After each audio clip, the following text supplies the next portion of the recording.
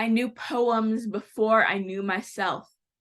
I've learned that art is the truest form of wealth.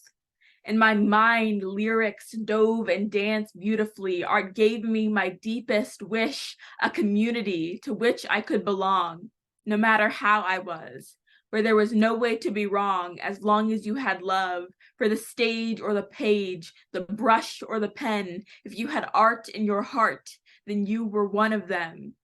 Artists are our history. These are the stories that bleed.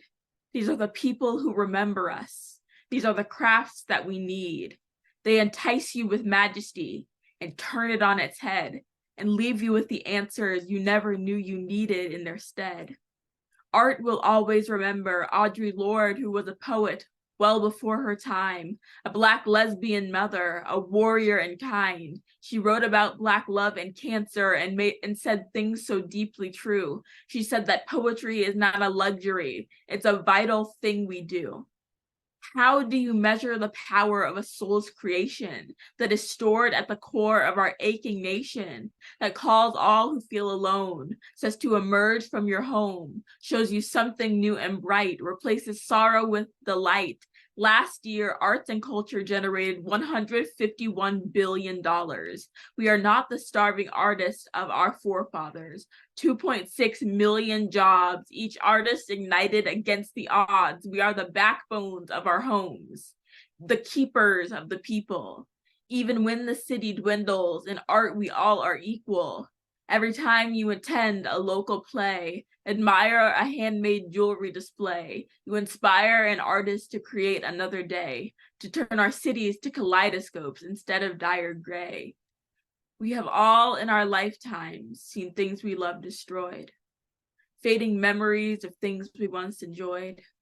This world makes it hard to see the shining light. Often it feels like we're facing an eternal night. But painters turn our villages into gold-lined streets, and a singer brings the music back to everyone she meets. And poets make our towns sound like places worth living in, and speakers make you want to be a better kind of citizen. The arts open new avenues of thought and force people out of their comfort zone.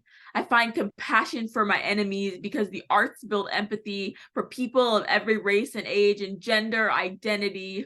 Art will always remember Jean-Michel Basquiat, who was a painter, a neo-expressionist, who turned neighborhood graffiti into art so resonant that it defined the era of the Big Apple in the 80s, rollerblades and shades and all we lost to AIDS. He defined the dichotomy of a people. When I was hopeless and depressed, my art was there beside me.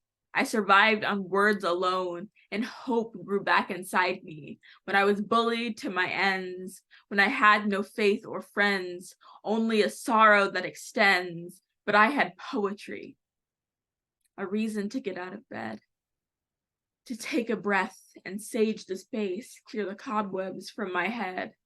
My heart would beat to the rhythm of my own spoken word. Through misery and OCD, a drumming song was heard. I will always love the arts.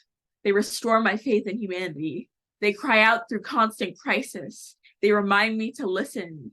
They remind me we're all a part of one universe, pieces in a grand tapestry of life, singing vast oceans of hard emotions, mold like clay your strife, piercing passion pulling pens across endless empty pages.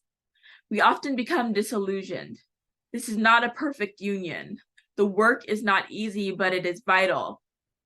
Sometimes the words don't come to you to describe what you're going through, and the pen stays in your hand idle. I know many people who hurt like I once did, phased and crazed on dark, dreary days, passive padded prison cells, a molten mental cage. Art will remember Nina Simone. She's already quite well known as a singer/revolutionary. In the wake of her words, audiences went mute. You could cut through the silence after strange fruit. She refused to be ignored. She refused to be quiet. She said what was necessary with no room to deny it.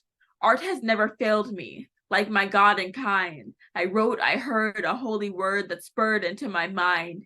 Graceful words can be a savior from pain-induced behavior when, like the constellations, they're aligned. to discover the divine, to quiet a restless mind, a reason for breathing to find. We've been belittled and disparaged. We've been dismissed and forgotten, left to create all alone in the dust. But I have to believe through each poem where you grieve, art will remember us. So put some pride in your neighborhood, some passion in your song, some rhythm in the symphony that keeps us going strong. The next time you thwart death with creation, bring your craft back to your home. Remember every paint-stained conversation. Paint your streets as you roam. Cover and ink and canvas our whole lonely nation. Remember, even if it all burns like Rome, call all the artists to an iridescent formation and craft a holy American tome. And what we make together, the bold ethereal, will belong to everyone whose spirits spin with a brilliant immaterial. And when we cry power, listen to the wake, the aftermath of creation and all the worlds we shake, the divine kingdom of which we're all a part, the sensation of our nation, the nation of our art.